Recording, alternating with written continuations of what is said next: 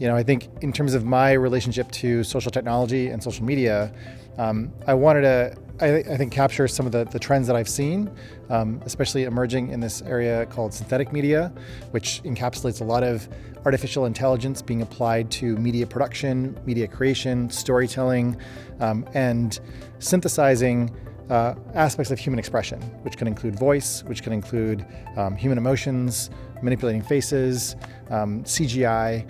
All this stuff is sort of like coming together and creating new ways for humans to express themselves to each other. And I also wanted to put it in the context of helping people to understand why I think it's likely that these things are going to happen. And so the arc of computing essentially tries to articulate the notion that computers started out being for experts only, people who are like highly trained in the military and academic world, and then started to be used in the business world where there was, a business use case for it. And in the last, 12 years or so since the iPhone came out, suddenly all that computing power is being used by just normal people. And of course, trying to understand like what that means, the fact that, there are now billions of phones out there, and people have all these capabilities to do things with them. You have this question of, well, what are they doing with them? And it turns out that they're mostly communicating. They're talking to each other. They're messaging. It used to be the case that, if you went online, maybe like once or twice a week, you'd go to a feed and you'd see some of the things that your friends had posted because we just weren't using this stuff that much. But in the last decade, people are checking these phones, dozens and possibly hundreds of times a day. In which case, the question is, well, what's going to be new or interesting or active? And it's going to be people talking to each other. So that requires that you have a bunch of friends who are going to be sending you interesting things.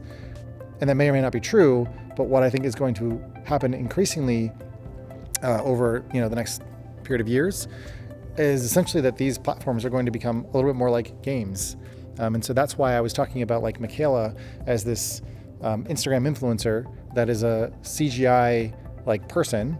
So she's generated, but there's a whole backstory. There's a whole conversation that's going on. There's like, there's the stuff of drama. I mean, she's sort of like a modern day soap opera playing out on social media that's very relatable. And the weird thing is that people interact with her as though she's real. So they don't even have like these inhibitions around talking to something that, is made up.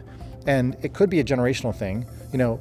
Sometimes when I think about this, I think about how we've been like, teaching kids about things like Santa Claus for generations, without any guilt or shame. And that obviously, sorry to let you know, but like is completely made up. In which case, interacting with something that's made up on social media isn't that strange either. And so then you take that and you think about, okay, well, if that's happening, then what happens when you start to actually be able to have interactive conversations with artificial intelligences that we were bringing into our own lives, i.e. Alexa or like the Google Assistant. And so now those things start to live with us. We start to have conversations with them.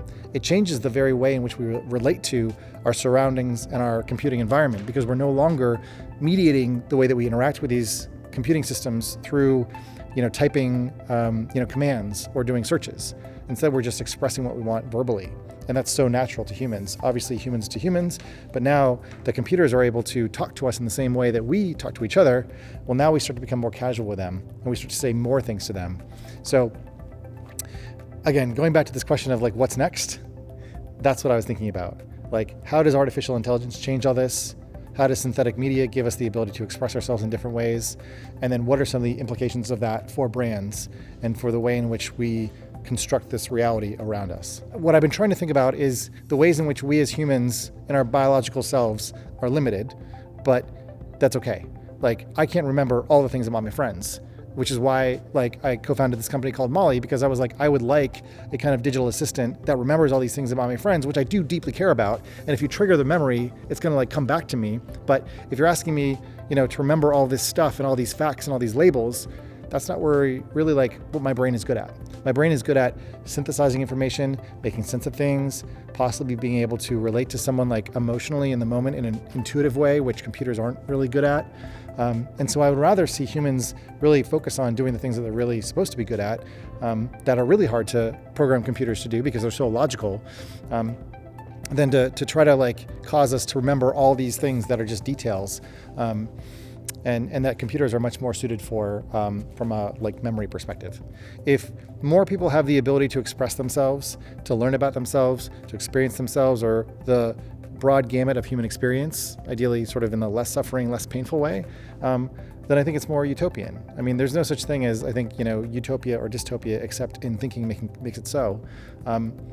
I do think that there are a lot of people who are not ready for this new world. And I think there's a lot of uncertainty. And I think there's a lot of ways of approaching the construction of new principles and new ethics that we barely even know how to have the conversation about.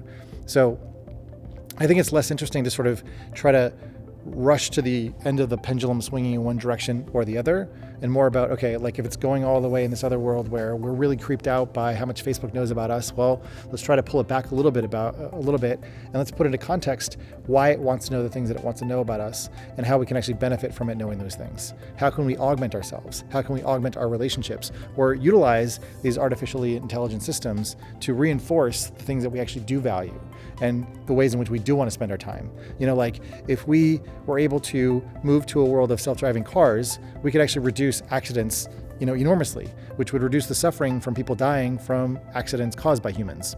Is that a good thing or a bad thing? I think it's actually probably a good thing. In which case, then we should be moving in that direction as opposed to being like so worried about these cars having all this information in a way that makes us feel uncomfortable. I'm just I'm personally excited to be back in Perth. I'm excited to, be kind of like on this like little odyssey, and getting, on the one hand, the opportunity to share my ideas and to refine them, and then to hear about how other people think about this stuff.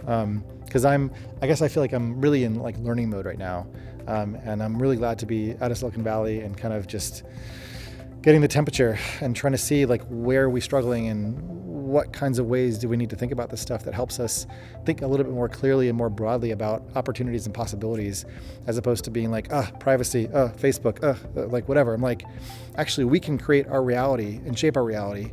And if we start now, where do we want to be in 15 years? Like when I came up with the idea for the hashtag, in 2007, I didn't know that the future was going to be like this. I didn't know that social media was going to work, but then it did. So if we work under the assumption that the things that we want to have happen might actually happen, then we can start actually going down that path now. And so that's mostly, I think, what I want to contribute to people, is just thinking differently about what's possible if you set sail with the right set of, principles and ideals.